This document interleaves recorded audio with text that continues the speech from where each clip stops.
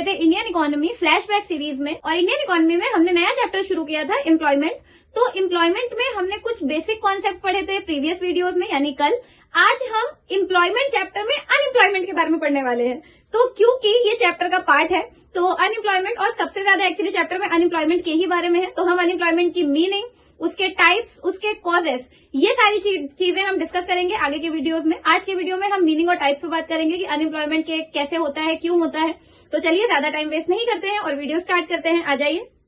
कल हमने पढ़ा था कैजुअलाइजेशन, वैसे ही आज हम पढ़ने वाले हैं इनफॉर्मलाइजेशन। तो पहले तो ये समझ लीजिए फॉर्मल और इनफॉर्मल सेक्टर होते क्या हैं। फॉर्मल सेक्टर जिसमें वर्कर्स को सारे सोशल बेनिफिट्स दिए जाते हैं, सारी एडवांटेजेस दिए जाते हैं, उनको पेंशन मिलती है, उनको सारे सोशल सिक्योरिटी बेनिफिट्स मिलते हैं। सेक्टर को हम कहते हैं फॉर्मल सेक्टर। और जिसमें ये सारी चीजें नहीं मिलते, कोई सोशल सिक्योरिटी बेनिफिट नहीं मिलते, कोई भी पेंशन नहीं मिलती और वर्कर्स को जॉब की भी सिक्योरिटी नहीं मिलती, वो होता है इनफॉर्मल सेक्टर। और अगर किसी सेक्टर में 10 से ज्यादा लोग काम कर रहे हैं तो भी हम कहते हैं कि वो सेक्टर फॉर्मल सेक्टर बन चुका है। तो जिसमें 10 से ज्यादा लोग या 10 लोग काम कर रहे हैं तो वो फॉर्मल सेक्टर है। जहां पर 10 से ज्यादा लोग या 10 लोग काम नहीं कर रहे हैं वो इनफॉर्मल सेक्टर है। तो इनफॉर्मलाइजेशन का क्या मतलब है? जब इनफॉर्मल सेक्टर बहुत ज्यादा बढ़ने लगे इकोनॉमी में तो हम बोलते हैं इनफॉर्मलाइजेशन हो रहा है।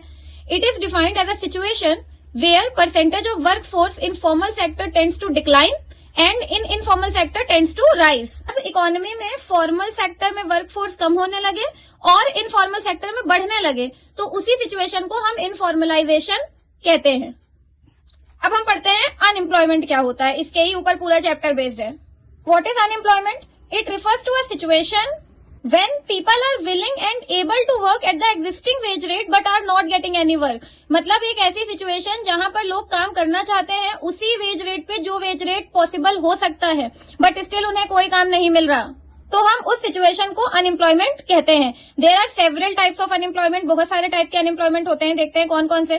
First is disguised unemployment. Disguised unemployment का क्या मतलब है? जब कहीं पर रिक्वायरमेंट से ज्यादा नंबर ऑफ एम्प्लॉयज और नंबर ऑफ वर्कर्स काम करते हैं तो हम बोलते हैं डिस्गाइज्ड अनएम्प्लॉयमेंट है। जैसे किसी जगह पर 10 लोगों की जरूरत है बट वहां पर 12-15 लोग काम कर रहे हैं, तो जरूरत 10 की है तो 12-15 क्यों काम कर रहे हैं? तो वो जो 4-5 लोग एक्स्ट्रा काम कर रहे हैं वो डिस्गाइज्ड अनएम्प्लॉयड हुए।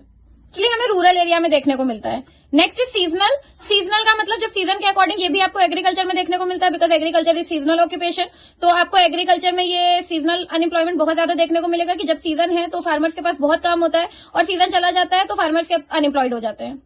Industrial unemployment. इंडस्ट्रियल में जितने भी लोग इलिटरेट होते हैं वो अनएम्प्लॉयड हो जाते हैं, क्योंकि इंडस्ट्रीज वर्क जो होता है वो मशीनरी पे बेस्ड होता है, तो वो लोग अनएम्प्लॉयड हो जाते हैं। प्लस माइग्रेंट्स बहुत सारे आ जाते हैं, लोग रूरल एरिया से अर्बन एरिया में आते हैं इंडस्ट्रीज में काम करने के लिए, तो जो सिटीज में लोग रह पाते हैं उनको काम नहीं मिलता है क्योंकि पॉपुलेशन बढ़ जाती है। एजुकेटेड अनएम्प्लॉयमेंट, जो नंबर ऑफ एजुकेशन लोगों के पर्सन के बीच में होता है उसे हम एजुकेटेड अनएम्प्लॉयमेंट बोलते हैं, कि मतलब डिग्री होल्डर है बट स्टिल कोई काम नहीं है। Next is open unemployment. Open unemployment एक ऐसी सिचुएशन है जहां पे कोई भी पर्सन काम करने के लिए रेडी है, उसके पास नेसेसरी स्किल्स भी हैं काम करने की, और वो किसी भी वेज रेट पे काम करने को रेडी है, बस खाली मतलब एक प्रॉपर वेज रेट होना चाहिए। मतलब अब ये भी नहीं कि किसी भी वेज रेट पे तो मतलब अगर 1000 मिलने चाहिए तो उसको 200 मिल रहे हैं, अगर 1000 मिलने चाहिए 700 ही मिल रहे हैं, काम करने के लिए रेडी है पर फिर भी उसे काम नहीं मिल रहा। स्ट्रक्चरल अनएम्प्लॉयमेंट क्या होता है? इकोनॉमी में कुछ चेंजेस आएगा, जैसे ये बहुत ज्यादा होता है टेक्नोलॉजिकल चेंजेस की वजह से, कि टेक्नोलॉजी चेंज हो गई तो अब जिनको वो टेक्नोलॉजी यूज करनी आती है उन्हें ही काम मिलेगा। अंडर अनएम्प्लॉयमेंट क्या होता है? एक ऐसी सिचुएशन जिसमें लोग फुल टाइम काम नहीं कर रहे हैं, एम्प्लॉयड है बट वो फुल टाइम एम्प्लॉयड नहीं है, वो पूरा टाइम काम नहीं कर रहे हैं, स्टैंडर्ड आवर्स जो होते हैं डे के उसमें काम नहीं कर रहे हैं, बाकी टाइम वो काम कर रहे हैं, तो वो अंडर अनएम्प्लॉयमेंट होता है। फ्रिक्शनल अनएम्प्लॉयमेंट क्या होता है? फ्रिक्शनल अनएम्प्लॉयमेंट का मतलब है एक जो टाइम गैप होता है, कि जैसे लोग होते हैं ना अपनी जॉब स्विच करते हैं, कि उन्हें अगर लगता है वो बेटर पोजीशन डिजर्व करते हैं, बेटर सैलरी डिजर्व करते हैं, तो वो अपनी जॉब स्विच करते हैं। तो वो जो 2 जॉब स्विच करने के बीच में टाइम गैप हो, तो जॉब नहीं मिल जाती है, आपने एक जॉब स्विच करी 2 महीने 6 महीने जितने भी महीने आप अनएम्प्लॉयड रहे, वो फ्रिक्शनल अनएम्प्लॉयमेंट होता है। तो वो जो 2 जॉब्स के बीच का जो टाइम गैप होता है उसे हम फ्रिक्शनल अनएम्प्लॉयमेंट बोलते हैं।